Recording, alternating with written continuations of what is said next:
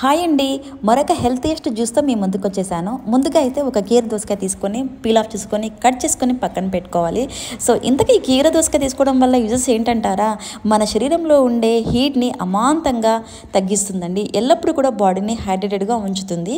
So cut చేసుకున్న కీర దోసకాయ ముక్కల్ని మిక్సీ జార్లో వేసుకొని 1 కప్పు పుదీనా వేసుకొని గ్రైండ్ చేసుకొని పెట్టుకోవాలి. సో కుకుంబర్లో ఎక్కువ క్వాంటిటీ ఆఫ్ వాటర్ ఉంటుంది కాబట్టి ఎక్కువ వాటర్ కూడా యాడ్ చేసుకోవాల్సిన అవసరం ఉండదు. సో ముందుగా నానబెట్టుకున్న బియ్యాన్ని ఉడికించి చల్లార్చి పక్కన పెట్టుకొని యాడ్ చేసుకోవాలి. అలాగే నానబెట్టుకున్న చియా సీడ్స్, అలాగే కొంచెం నిమ్మరసం పిండుకోవాలి. అలాగే స్వీట్నెస్ కోసం ఇక్కడ నేను ప్యూర్ హనీని యాడ్ చేస్తున్నాను 1 టేబుల్ స్పూన్. సో ఈ జ్యూస్ తాగడం వల్ల విటమిన్ కే, కాల్షియం మన బాడీకి పుష్కలంగా అందుతాయండి. సో ప్రతిరోజు ఉదయం తాగడం వల్ల హెల్త్కి చాలా మంచిది.